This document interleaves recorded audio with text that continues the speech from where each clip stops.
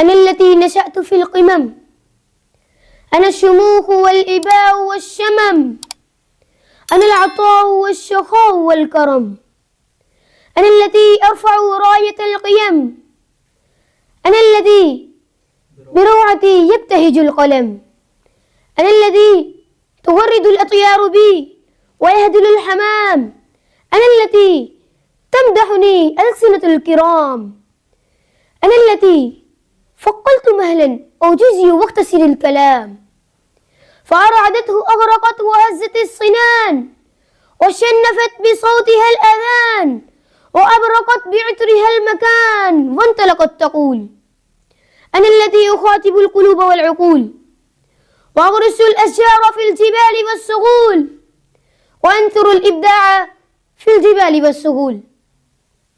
أنا التي شرفني بحب رسول صلى الله عليه وسلم، أنا التي أطرج البيان وأحرق الوجدان، أنا التي بأحرفي يرتفع الأذان، وحينما يحتدم السباق أكسب الرهان.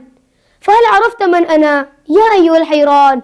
أصابني الوجوه وخلت أني في الضحى أشاهد النجوم، وأنني في بحر حسرة أعوم.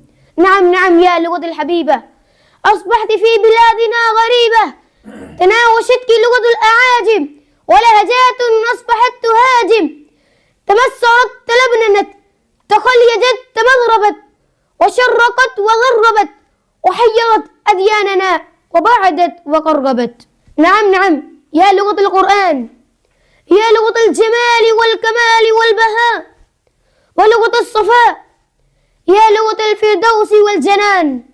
لا تيأسي من فارس عسيل تطربه سنابق الخيول والصهيل، يسقيك من وفائه ما ينعش النخيل، ينال فيك شرفا ليس له مثيل.